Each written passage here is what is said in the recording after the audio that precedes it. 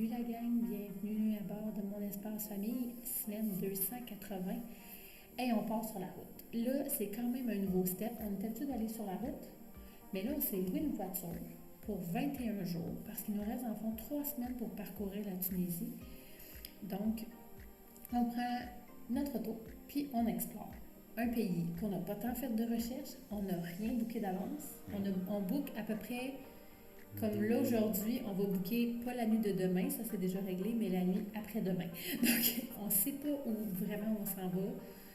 Dominique a trouvé plein de points, on va d'un point à l'autre. Moi, j'en ai trouvé un peu. On se fie aussi à quelques personnes qui sont venues avant nous ou quand on fait des recherches. Bref, nous voilà sur la route. Il y avait un arrêt que je voulais retourner absolument, c'était Zarzis. On était allé avec ma tante Noémie, mais là où on s'était baigné, en fait, quand on avait fait le tour de l'île de Djerba, puis j'avais tellement aimé ça. Bon, on est arrivé là-bas, il y avait du vent, j'étais pas prête à ça. Mais ça reste que ça nous a fait du bien. On est parti de la villa, le temps de serrer nos choses, tout ça. Et après, on s'est rendu là. Tout simplement, on a profité de notre après-midi, en fait. On a coupé la route en deux. Oui, ça a fait une belle pause. Puis les enfants ont pu jouer aussi dans le sable, ce qu'ils n'avaient pas pu faire la dernière fois. Donc, ça a été vraiment le fun pour vrai. Ça a fait du bien. Suite à ça, on se rend, dans le fond, direction Tataouine. Donc, sur la route, dromadaire. On est dans le désert. Pour vrai, c'est tellement particulier, tu sais, de croiser ces animaux-là à côté de la voiture. C'est immense. C'est pas, tu sais, je veux dire, regardez, là, vous voyez les autos, là, c'est collé. C'est du bonbon. Pour moi, là, c'est ça, je disais à Alexandre, j'avais comme oublié qu'en venant en Afrique, il y avait aussi ça, tu sais. Enfin, j'ai comme un peu l'impression de me faire un petit mini safari, mais avec des dromadaires pour cette fois. Ça, c'est la deuxième habitation, en fait, la première habitation sur la route qu'on a, donc la deuxième en Tunisie. Ouais. On arrive, en fait, chez des gens. Donc, eux, ils restent en haut. Oui, donc c'est l'hébergement, dans le fond, de Karima, Tafik et leurs enfants. Donc, on appelle ça des hébergements chez l'autre. Donc, on vit chez la personne. On arrive là, on avait réservé pour 2 nuits, pas vraiment d'attente. Nous, c'est notre premier hébergement. Mais en fait, c'est parce que toutes les fois qu'on essayait de réserver une nuit à la fois, on se faisait virer de bord. Oui, bien parce que là, c'est le ramadan. Donc, déjà là, c'est différent. Deuxièmement, on est 6, ce qui n'est pas partout possible non plus. Et donc, ils ne voulaient pas ouvrir une maison complète souvent pour une nuit. Puis nous, là, en ce moment, bien, c'est on butine d'une ville à l'autre, donc on ne peut vraiment pas prendre de longs séjours. Et là, on arrive là, et là, Karima, une perle, je vous le dis là, si vous allez dans ce coin-là, vous devez aller dormir chez cette famille-là. Ils sont extraordinaires. Et là, elle nous arrive avec des plats cuisinés qu'elle a fait. C'est la première fois que nous, qu'on goûte le manger tunisien, en fait. Ça goûte le ciel. Les enfants triplent leur vie. Pour vrai, là... Mais ils mangent chaud. Ah non, mais oui, c'est piquanté un petit peu. Un petit peu. Beaucoup. Mais pour vrai, ça a été... Et là, j'ai eu le même... Ça a été extraordinaire, puis j'ai eu la même sensation que quand on avait rencontré Anna de Cubana, qui était la première fois où on avait eu des amis en espagnol. On se parlait en espagnol, en anglais, en français. Là, ça a été la même chose, c'est-à-dire que coup de cœur avec cette famille-là. Karima est venue le soir, on a jasé avec eux et tout ça. Français, anglais, arabe. Il y a quelque chose là, il y a une bonne... Je ne sais pas comment nommer ça, mais ça a été un moment que j'oublierai jamais. Un coup de cœur amical. Ah, vraiment, vraiment. J'espère vraiment qu'on va les revoir dans le futur, soit chez nous, soit nous ailleurs dans un autre pays. Je ne sais pas comment, mais on se dit vraiment à la prochaine. Ce que vous voyez là, en fait, c'est notre journée d'exploration près de Tataouine. Donc, on a passé la journée à aller explorer les Xars qu'il y avait tout autour. Donc, on reste dans le même domaine un peu que Star Wars qu'on avait fait à Medellin. On s'est promené d'un petit village à l'autre. On en a vu un qu'on a arrêté comme sur le coup de cœur. Il y avait des petits bébés chiots aussi. Ça, c'était vraiment particulier. On arrive là, on est seul au monde. C'est comme plein de maisons dans la montagne, comme creusées dans la montagne.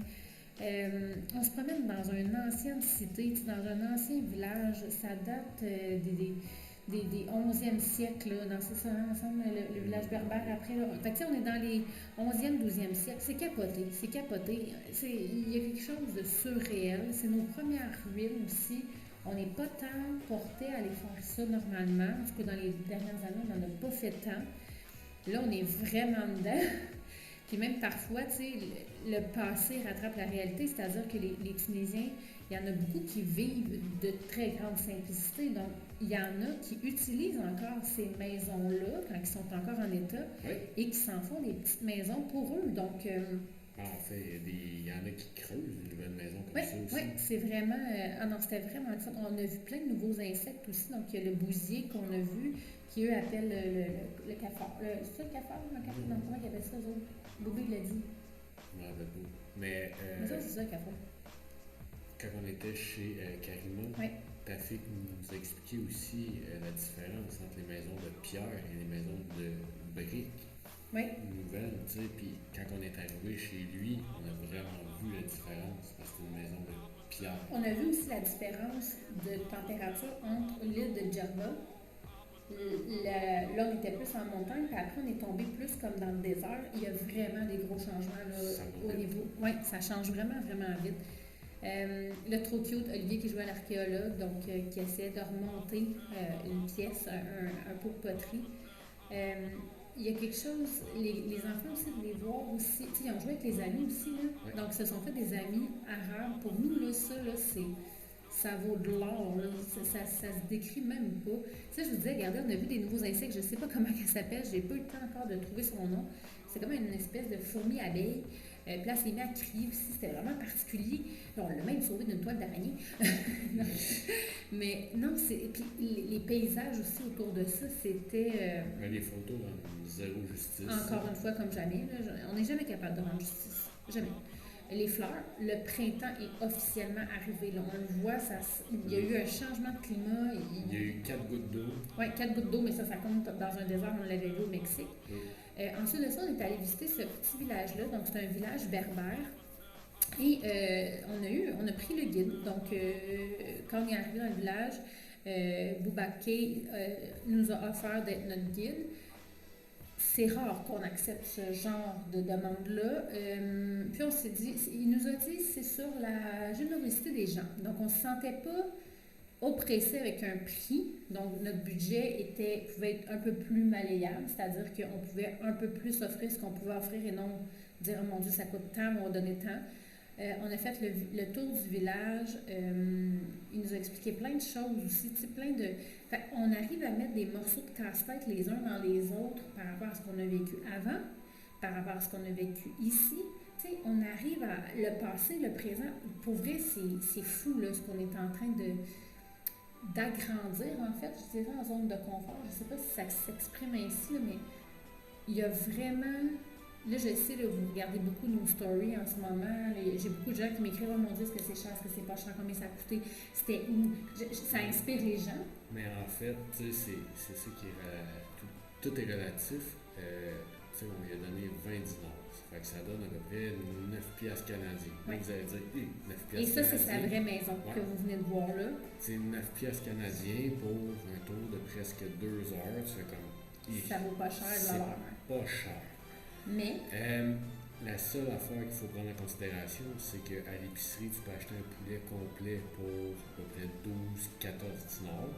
Donc, ça 6 fait... à peu près, 6,50 à peu près. Fait que si je le mets sur nous, c'est que ça fait 6 repas, puis il en reste pour des baguettes de pain à chaque jour. Fait qu'on l'a... Tu nourris presque... Oui, parce que la baguette de pain ici nous coûte entre 10 cents et 20 cents canadiennes. La baguette de pain fraîche, là, une énorme baguette de pain. Là, on mange la moitié là, sur l'heure du midi, là, chaque. T'sais. Donc, tout ça pour dire qu'il nous a appris plein de choses sur les Berbères, puis il nous a aussi montré comment il faisait aussi la presse pour l'huile d'olive. Oui. Puis on a fait « Aïe, aïe, ça m'impressionne parce que c'est des techniques, quand on avait vu le mezcal, la tequila, tout ça. Même les mezcal, on l'avait vu là, avec l'âne autour, avec la grosse pierre qui écrasait. Puis là, tu fais, mon Dieu, c'est tellement deux mondes, tellement loin l'un de l'autre, mais pourtant les techniques sont tellement similaires. Moi, ça m'impressionne tout le temps. Le blé, tout ce qui est farine, c'est le même processus. Et après nos 2 journées à Tataouine et les environs, on prend la route direction, en fait, on voulait se rendre à 12 et sur la route, on avait des points à visiter. Donc, on roule dans le désert. Cette journée-là, il vente en tabarouette. Il y a une tempête de sable qui se lève. On va dire que c'était pas super confortable. Ben, ça s'accumulait quand même assez vite. Oui, ça faisait comme une tempête de neige. Oui, mais la poudrerie, c'est ça exactement. Fait que là, Alexandre, il a fait Colin, si ça poudre à ce point-là, puis que ça fait comme chez nous, dans pas long, on n'a plus de chemin pour ressortir de là. Bref, on voulait absolument voir cet endroit-là, parce qu'il y avait... On n'a pas croisé de Chouarue à Sort. Non, on a vu, dans le fond, il y avait une source d'eau qui sortait en plein milieu du désert, et pas loin de là, il y avait un oasis dans laquelle on pouvait se baigner gratuitement, de l'eau chaude. C'était très particulier, c'est comme un bucket list, un check on the bucket list.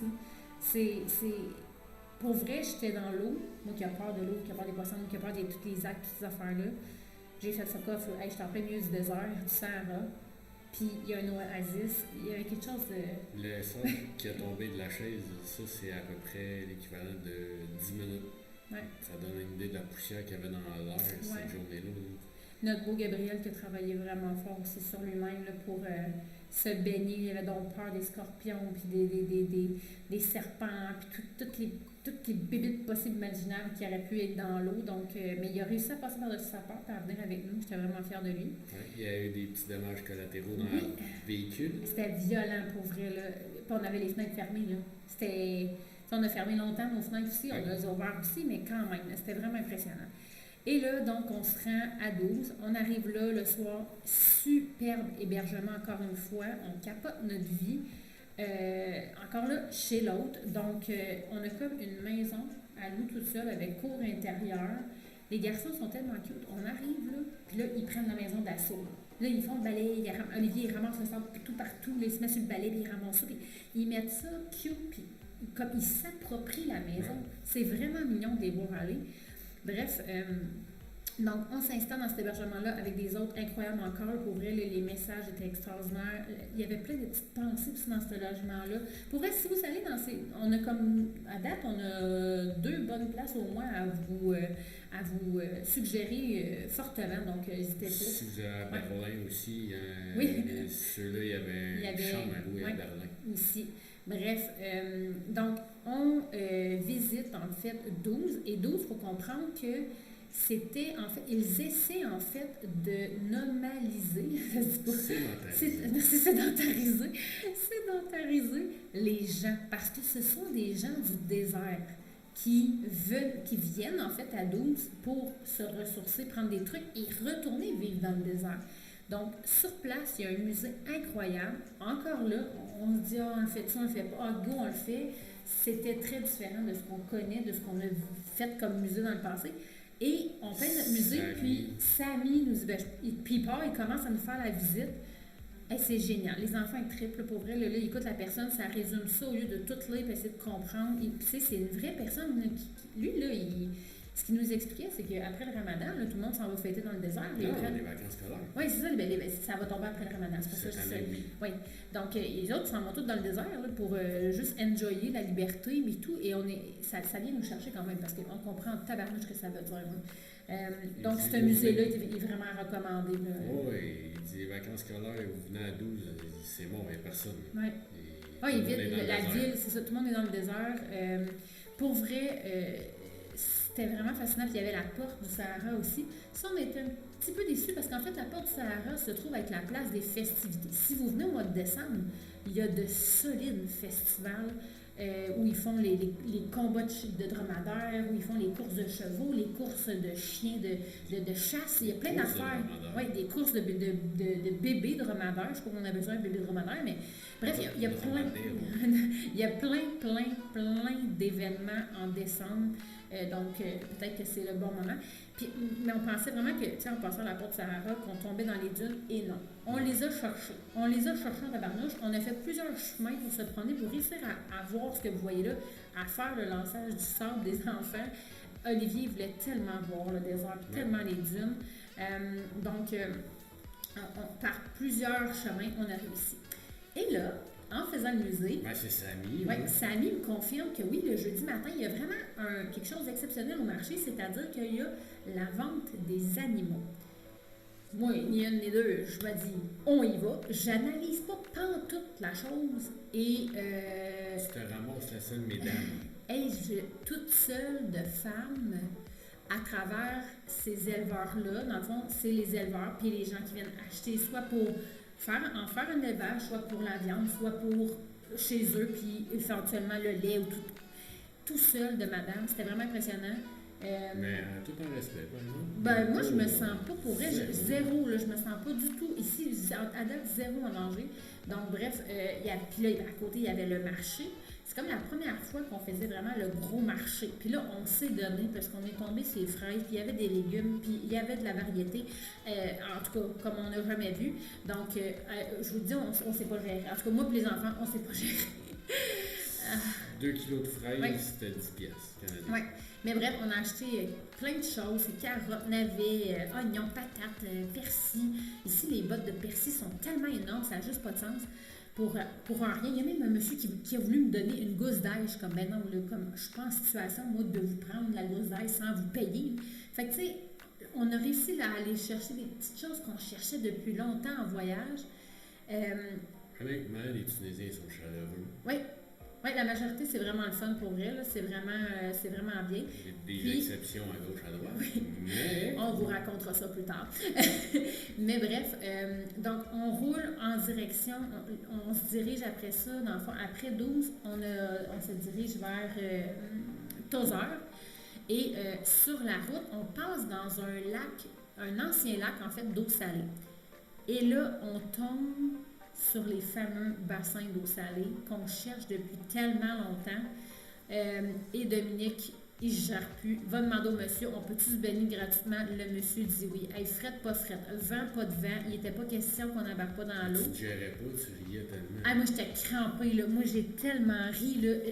C'était tellement drôle. Puis Dominique, il fait comme, moi, je pensais que c'était une légende, ça. Je pensais pas que c'était vrai. Là, ça l'a inspiré Raphaël à embarquer, finalement. Puis ça l'a inspiré Olivier à embarquer, même s'il vantait, il pouvait vanter en tabarnouche cette journée-là. Il y avait comme parce qu'il avait mouillé le matin, quand même fort, là. Il y avait pleu le matin. Il ventait, il faisait froid cette journée-là. Et on avait du sel. Et là, on sort et on n'allume pas, mais bordel, c'est parce que le sel, ça cristallise sur nous après.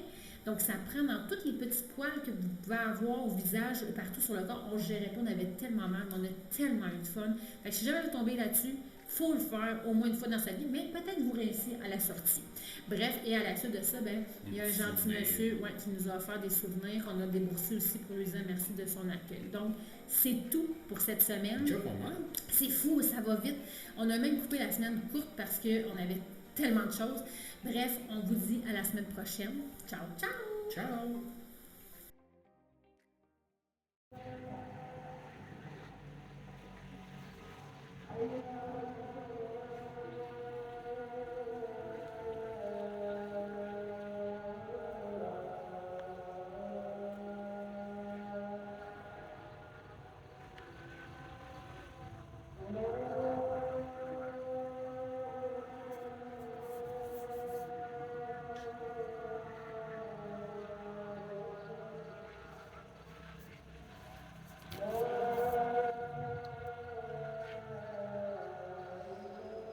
Voiture de l'année.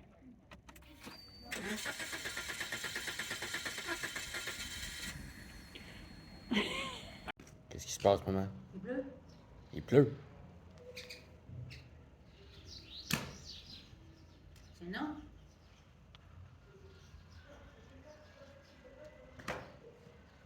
Première pluie en... Combien? C'est long, ça. Un mois et demi? Un mois et demi. Mais c'est trop. Je veux pas. Je vais avoir les orteils mouillés. Je vais me faire rembourser. Comment on nettoie une vitre au Sahara?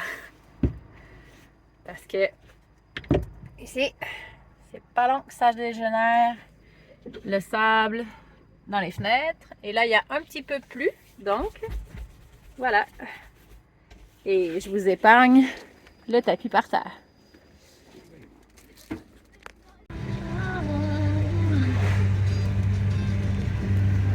passes, papa? Encore. C'est jamais bon laver les fenêtres avec nous, même dans le désert. Et nous moins dessus. Après exploration dans les dunes.